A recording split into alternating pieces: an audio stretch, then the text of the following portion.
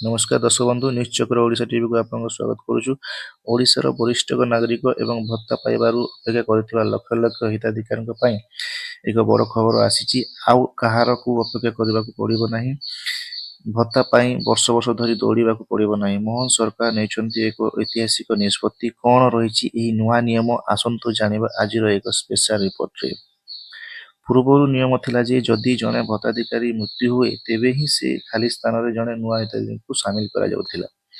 एही कारणରୁ लक्ष लक्ष लोक 60 वर्ष पर्यंत भत्ता पाउथिबार वंचित हेउथिले, किंतु एबे मुख्यमंत्री मोहन चरण माझी बजेट रे स्पष्ट करिसंती जे जो माने योग्य से माने आवेदन करिया मात्रा ही भत्ता पाइबे। सरकार एही निष्पत्ति फलरे राज्य प्राय 6 लाख रु अधिक नुआ हिताधिकारी उपकृत हेबे। भुवनेश्वर आरंभ करी गाँ गंडा पर्यंत जो वृद्धा वृद्धि और विधवा महिला माने 7 रु 8 वर्ष धरी अपेक्षा करिथिले सेमाने मुहरे एबे हस फुटिछि। अन्यपटे एहाकू नहीं राजनीति मध्य तेजिछि। विरोधी दलर नेता माने कहउछन्ति जे सरकार निर्वाचन पूर्वरु 3500 टंका भत्ता देबाकू प्रतिश्रुति देथिले, किंतु एबे केवल 80 वर्ष रु अधिक बयस ही भत्ता मिलुछि।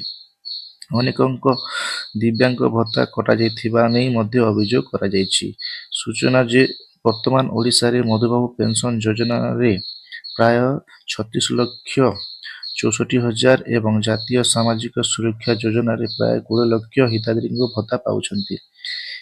एबे ही तालिका रे आहुरी 6 लक्ष जोड़ी हेबाकू जाउछि।